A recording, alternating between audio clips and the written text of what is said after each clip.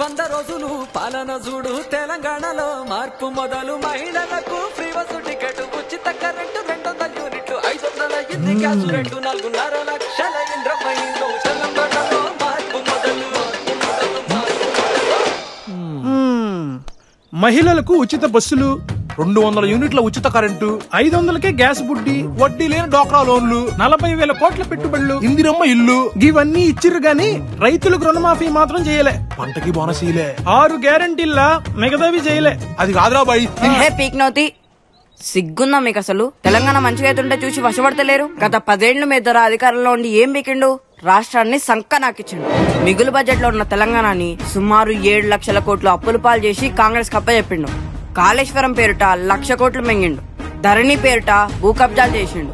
దళితులకు 3 ఎకరాల భూమిలే, రైతులకు రుణమాఫీ చేయలే, డబుల్ బెడ్రూమ్ ఇల్లు, నిరుద్యోగుల వృత్తి రాలే, ఇంటికి ఒక ఉద్యోగం అని చెప్పి పేపర్ లీకులు చేసిందే గాక ఒక్క గవర్నమెంట్ కొలువు గిట్లా భర్తీ చేయలే. ల్యాండ్ శాండ్ మైన్ వైన్ మాఫియాలు చేసిండ్రు. తెలంగాణలో అందరు బతుకులు ఆగమైతే వీళ్ళ కుటుంబం మాత్రం బాగుపడ్డది. గంతెందుకు ఈ 10 ఏళ్లలో మీ దొర ఎప్పుడైనా గడి దాటి బయటకు వచ్చిండా?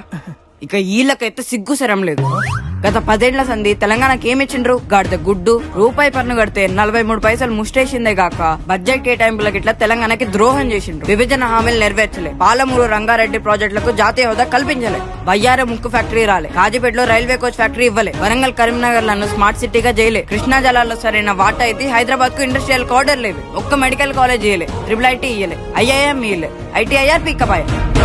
కాంగ్రెస్ అధికారంలోకి వచ్చిన 100 రోజుల్లోనే 5 గ్యారెంటీలు అమలు చేసిండ్రు.